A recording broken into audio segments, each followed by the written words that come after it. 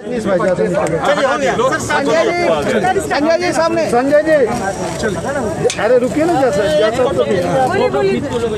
संजय जी। आज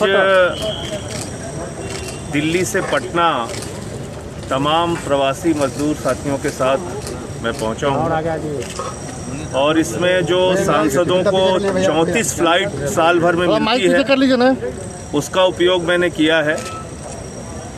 एक सांसद को साल भर में 34 फ्लाइट की यात्रा करने का प्रावधान है और वो अपने साथ किसी को भी यात्रा साथ में करा सकते हैं।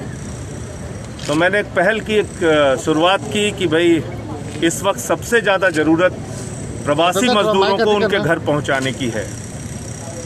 सबसे ज़्यादा मुसीबत में, सबसे ज़्यादा परेशानी में इस वक्त वो लोग हैं और इसलिए ये प्रयास मैंने आज किया। इसके बाद बहुत सारे और लोग भी सहयोग में आगे आए और कल फिर एक चार्टर प्लेन से 180 प्रवासी मजदूर फिर से पटना बिहार आएंगे। ये जानकारी आपके साथ शेयर करनी थी। क्या होगी?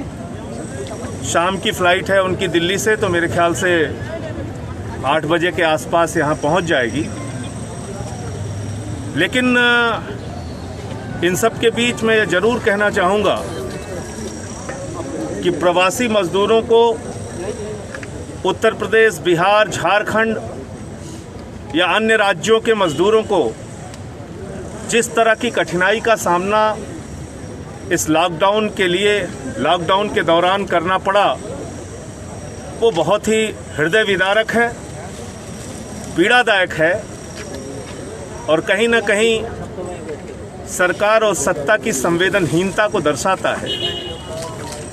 हम नहीं भूल पा रहे हैं मुजफ्फरपुर स्टेशन का वो दृश्य जहाँ पे एक माँ स्टेशन पे उसकी जान जा चुकी थी और उसका बच्चा अपनी माँ की बेजान जिंदगी के उसके सर के ऊपर से चादर हटा रहा था।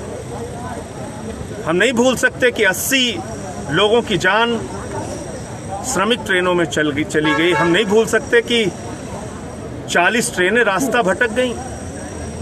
हिंदुस्तान के रेलवे के इतिहास में कभी ऐसा नहीं हुआ। तो मुझे तो ऐसा लगता है कि जैसे समाज के गरीब तबके के लोगों को, प्रवासी मजदूरों को सत्ता प्रतिष्ठान के द्वारा एक सबक सिखाने की कोशिश की गई पूरे देश में, और ऐसा नहीं होना चाहिए था। इनको भी अच्छी ज़िंदगी जीने का हक है।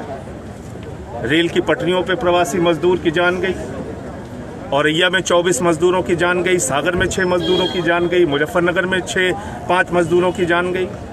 चलते चलते मजदूर मर गया, पाँव के छाले पड़ गए उसके।